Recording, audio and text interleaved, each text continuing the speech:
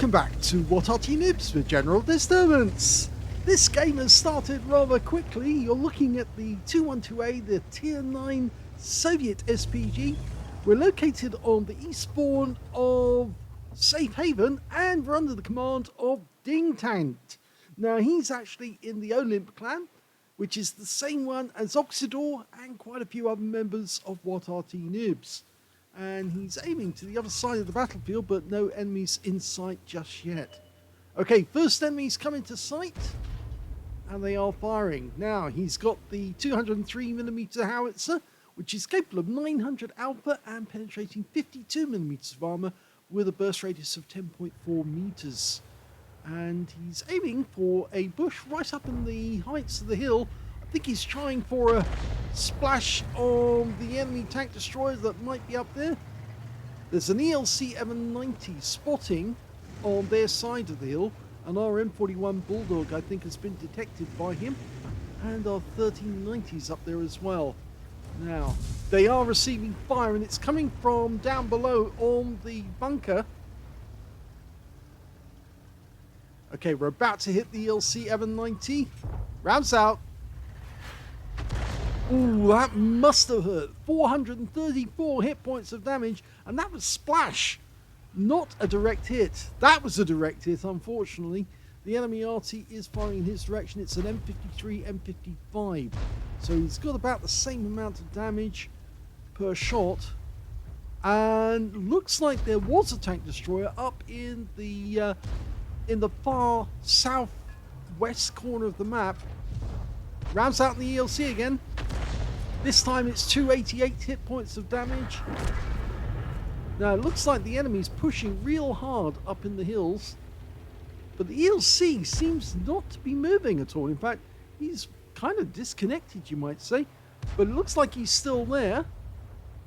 And if he stays there, he is going to get wiped out with the next shot. And I'm pretty sure DingTant is going to fire in that direction. Okay, he's loaded. Rounds out again. And he's killed him. The ELC 790 has gone down. Now, what persuaded that guy to stay there, I do not know. But rather silly move, you could say. I think he must have disconnected. The next target's a T69. Seems to be sitting there on that ramp. Now, I can't believe that he would stay there, actually. He's more than likely going to move. And if he doesn't, then there's something odd about this replay. In fact, actually, we're moving away from the Leopard prototype, but he goes back to the same spot again as the T69. Trying to get a shot. Not firing, though. Changing aim to the Leopard prototype instead. He's got no shot there. It might be worth looking up on top of the roof of the bunker, because I believe there is an enemy tank sitting up on the hill. In fact, somebody's indicating hit the WZ-114.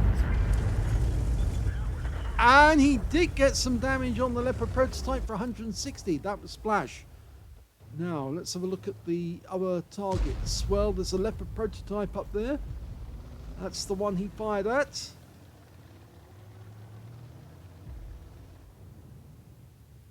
In the meantime, we can see on the bunker there was a WZ-114. Or at least I think he's on the bunker.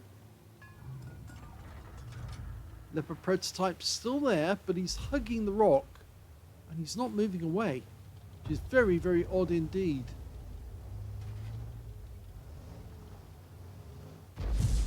Very peculiar. Meanwhile, the T67 did move, and there he is. And he takes a direct hit for 406 hit points. He's changing position. Yeah, he's trying to get away from the Progetto 46, and that Leopard prototype is still there. That's very odd behavior at all. Indeed, because you'd expect enemy tanks to move away from position once they've been damaged from that position. Okay, we're trying to get the Kanonenjagdpanzer there. And he's got him stone dead with one shot there. Again, very odd behavior. An enemy tank that's spotted shouldn't do like that. Okay, we've got a AMX CDA 105. taking damage. We're not loaded yet, so we can't get a shot.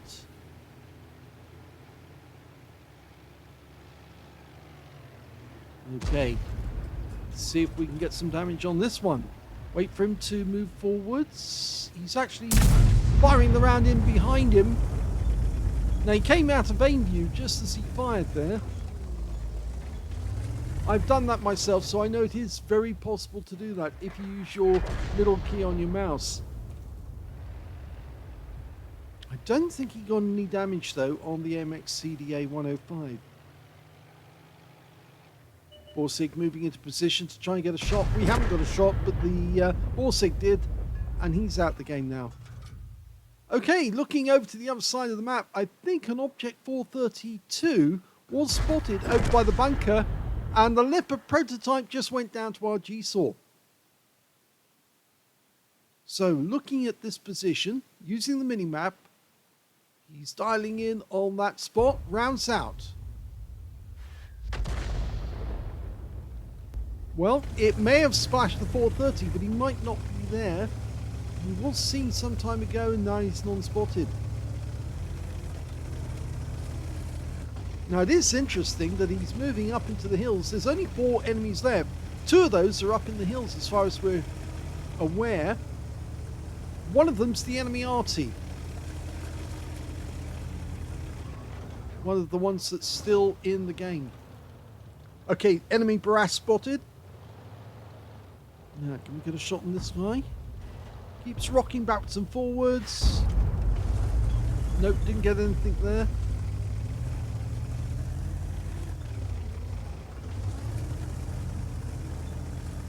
This is a cautious move here to stay behind the bush. In fact, actually, it's the right move to make because the Barras can do serious damage if he can get 2 shots into you. In fact, if he just got 2 shots, I think DingTant would be out of the game straight away. Okay. No sign of the enemy. Progetto 46 is looking. There's one of those new Kampfpanzers 3 up in the hills. There's the Barras. And he just took out our Progetto with 1 easy shot. And, well, we fired a round in response. I think this move is a little too forward. DingTant's, he's getting very close to the enemy. He could get spotted and taken out of the game. He's backed up there on a rise, so his actual gun is, his howitzer won't rise as far as it should, but that shouldn't be a problem. Okay, aiming at the bushes. One of the enemy tanks is now in the town and he's coming up onto the bunker roof. We've changed to fire in that general direction. If the guard stays back, then we should be able to land a shell on the Object 430 as he tries to get up over the rise.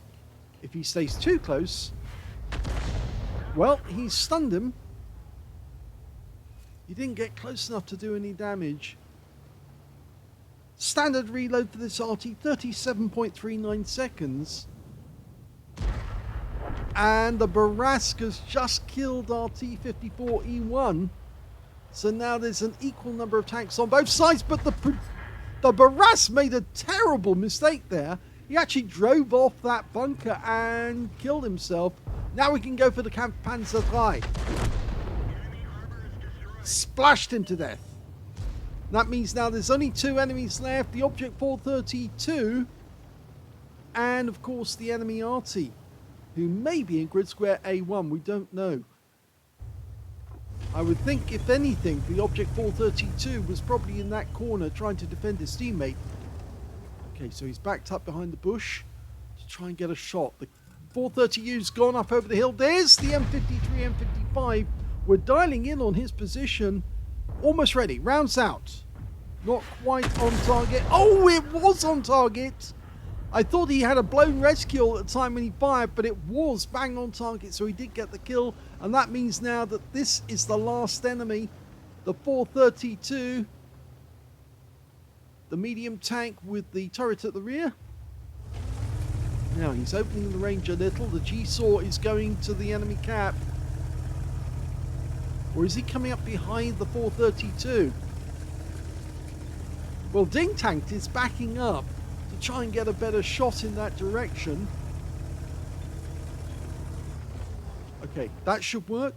Yes, it does. And now, let's see what he can do. Can he get the shot on target? Yes, he can. And he takes the last kill. And that's 5 kills to DingTant and the game.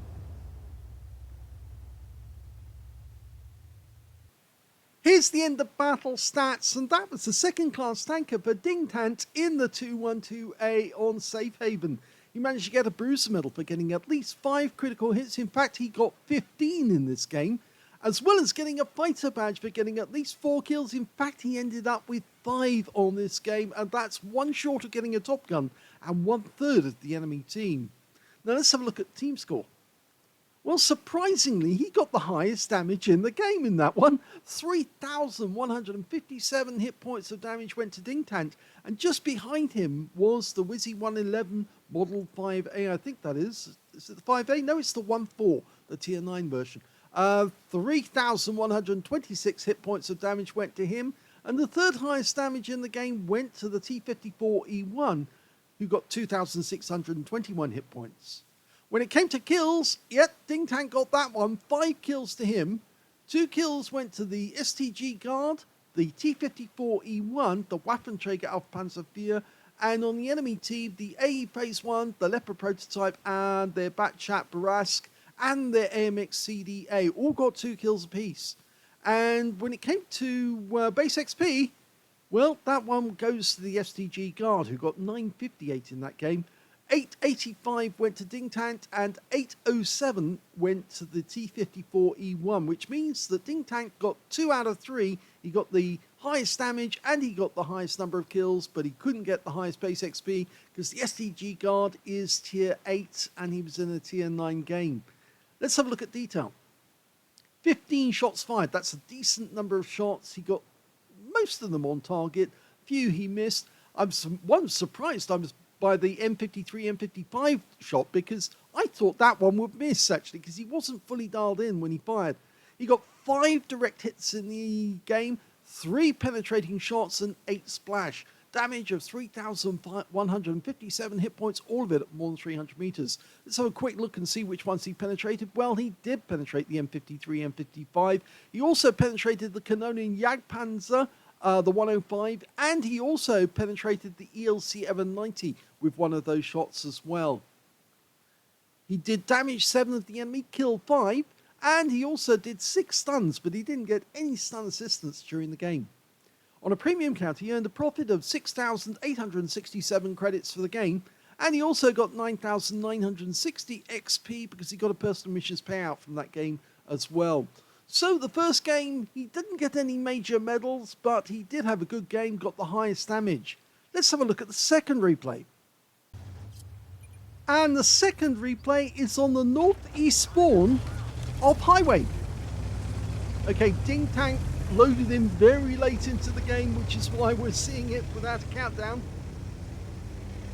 He's in the 212A, which has the 203mm howitzer, and is based on the hull of a KV-220. That's an elongated and up-armoured KV-1. Okay, he's ready to go. Now, DingTant has actually in this replay a habit of firing away from the target. Right, but he fires at the target and immediately moves away from the target straight away. So we don't get to see shots unless we take control of the camera. I've actually run this replay at least once, watched it all the way through, and I'm afraid he did it virtually throughout the entire game with just a couple of exceptions. So I will be taking charge of the camera at the right moment. Okay, enemy target's been spotted. It's a Leopard 1 up in the hills. He's dialing in the aim. Rounds out. And that was a direct hit on the Leopard. 350 hit points of damage, and he got some stun assist. In fact, he got so much stun assist that the Leopard's now out of the game. And DingTant is now moving to a new firing position. Now, the reason I do have to take control of the camera, because otherwise it can spoil the replay. In fact, I've done it myself more than a few times, actually accidentally come out of the view when I needed to be on target so I could see what damage was done and where the shell went. He's aiming at a 277, but we lose sight of the 277. Okay, well, he spotted a new target, a Doom Turtle, over on the west side of the map, and he's getting ready to shoot. Just dialing in. Rounds out. And that was a direct hit as well. 205 hit points of damage.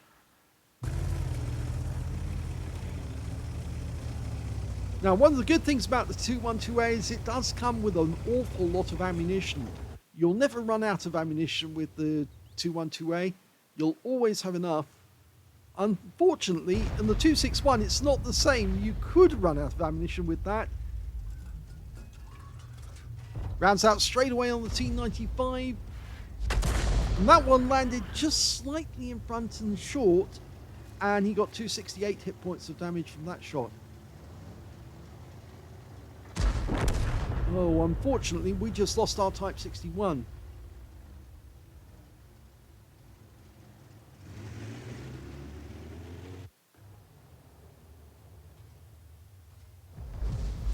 Now, the standard reload for this Arty, 37.39 seconds, and DingTant's got it down to 30.34.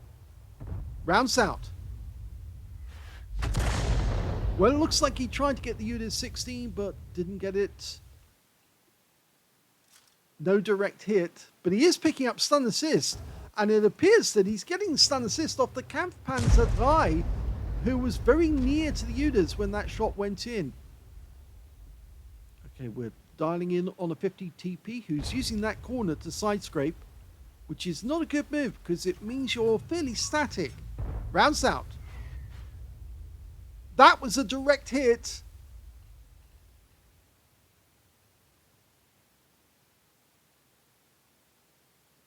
He's holding on this corner. He's expecting the enemy to come back. We've now got a Doom Turtle coming in that direction. In fact, we've got two enemy tanks nearby. There's a Type 4 heavy, or it's Type 5 heavy, and a 277. This is a tier 10 game with tier 7 tanks, tier 9 tanks in it rather. Oh, I missed that.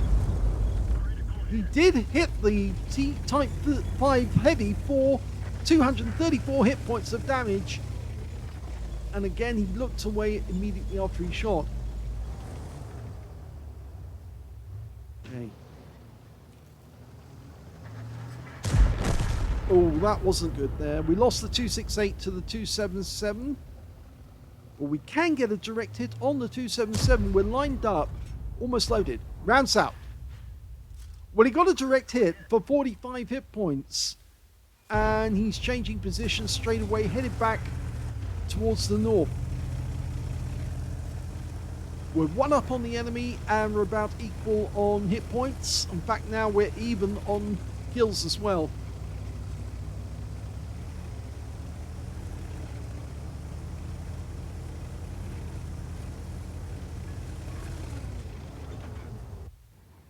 Okay, he's going back to the town.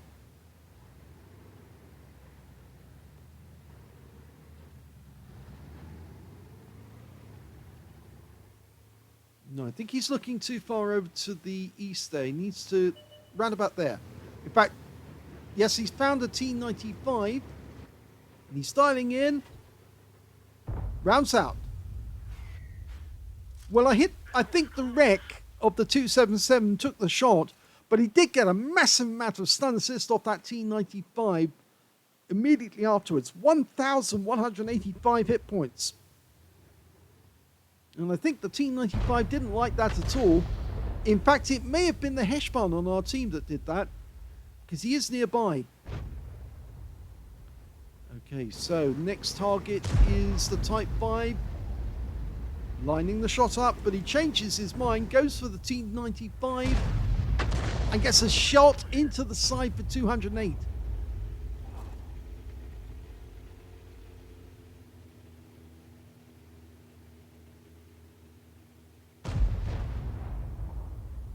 He's lining the shot up on the T95 just in case the Type 4 doesn't do it.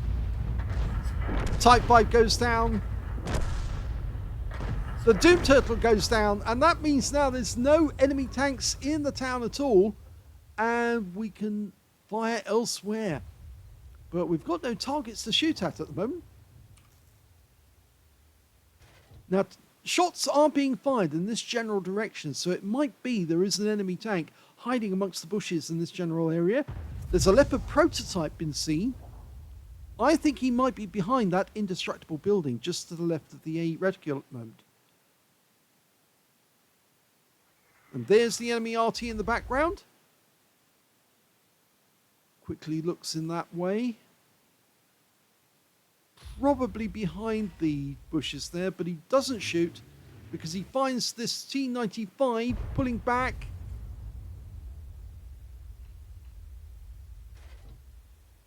Okay, fires the round in.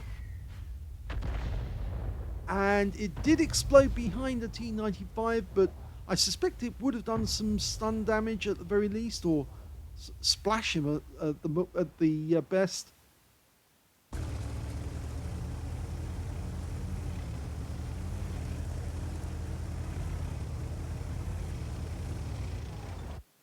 Okay, gonna have another shot on that T95.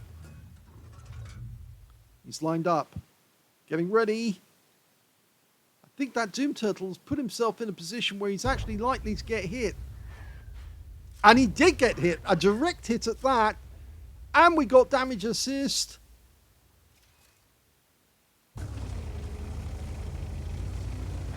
And the Doom Turtle just went down to our Char Future 4.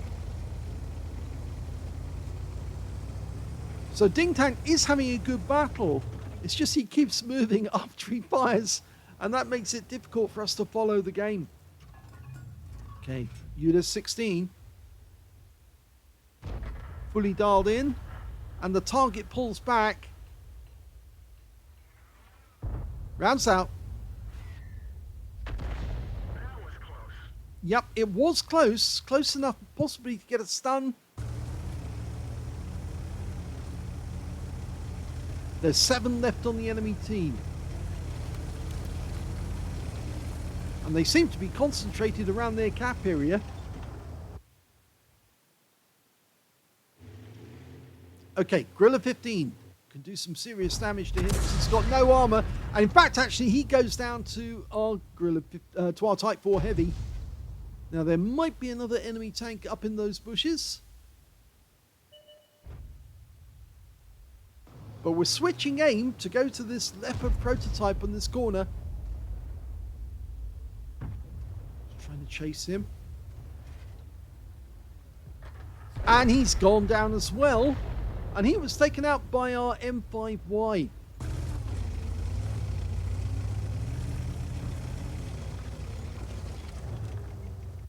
Okay, there's a Leopard prototype there. Leopard 1. He's in the gully. Now, if we can get a shell in there, that would certainly help a great deal. He's badly wounded, so any nearby shot is likely to take him out the game. Oh, and there's a Heshbarn in there. Rounds out. Direct hit. Penetrating shot. 1025. That's a high roll. He hit the turret. And the Leopard 1 is very close by. We've got an Object 704 up on top of the hill. That Heshbarn's moving very, very slowly indeed. We might be able to get another shot at him. He's still stunned. We get another shot in. The 704 dives in. He rams him. We fire the round in and... well, apparently he killed the Leopard 1. I wasn't watching when that happened, so we'll run that back. The 704 goes in for the kill. DingTant fires the round in. It kills the Leopard 1, but it didn't kill the Heshbarn. But the Heshbarn has just been killed by the Hori 1. And that's it. Game over. Here's the end of battle stats. That was an ace tanker game for DingTant in the 212A. he managed to get a bruiser medal for getting at least 5 critical hits. In fact, he got 10. And he also got a Confederate medal as well for hitting more of the enemy than anyone else on his team. At least 6 tanks subsequently taken out by his own teammates. But as you saw during the replay, I had to take control of the camera far too many times. So my warning to the DingTant is, if you keep sending in replays where you keep moving after you've fired, then obviously I can't use your replays for videos, and then there won't be any from you. So please, I know that you need to relocate after firing. Please do so after you've seen what actually happens to the shell. I think you can wait a second or so to see what happens. Or if you have to move, then move, but keep staying in aim view so you actually see what happens to the shell, and just move the vehicle whilst you're actually watching. You can do that. It's not difficult to actually hold the aim view and just use your W key or your A key or your D key to actually move the vehicle about whilst you're still watching where the shell went. Anyway, let's have a look at team score. Well, we can see that the highest damage in that game actually went to the M5Y, who managed 5,940 hit points of damage. Second highest damage went to the Heshbarn on our team with 5,560, and the third highest damage went to DingTant with 3,398. When it came to kills, it was the M5Y who got the highest with 4 kills. 3 kills went to the Heshbarn on the enemy team, and the UDES 3, he got 3 kills as well. And 2 kills went to the Leopard 1, the Type 4 Heavy, and the Centurion Action 10, with DingTant only getting 1 kill. When it came to base XP, it was the M5Y who got the highest with 1,303. DingTant came second with 1,181, and so they were the only 2 players who managed to get over 1,000 base, with the Type 4 Heavy getting 898. DingTant fired 15 rounds, got 9 direct hits on the enemy, 1 penetrating shot. We know which tank that was. That was definitely the Heshbarn. Yep, there it is. He did get the penetrating shot on that one. And he did 3,398 hit points of damage, all of it at more than 300 meters, and he got 17 splashes. I forgot to mention that. He damaged 10 of the enemy, killed 1, and did 737 hit points of damage resistance, and 2,785 hit points of stun assist off 16 stuns. On a premium count, he earned 85,180 credits from the game, and he also picked up 2,658 experience points out of it as well. So yes, please don't move the camera until you've seen what actually happens from the shot. If you move away and deny us the view, then there's no point in running the video. It's as simple as that, I'm afraid. So please, DingTant, watch what happens to your shells and then move, or move whilst you're watching the shells. But please don't look away immediately after you shoot, because there's no point in doing a video if you do that. So there you go. So 2 really good videos by DingTant, apart from the fact that he keeps looking away in the second one. He has sent in more replays, so we'll do those videos and at least see if he actually does keep looking away. Yeah, if you enjoyed this replay, please give this video a like, do subscribe to our channel, leave a little comment down below because it feeds the algorithm, and thank you for watching.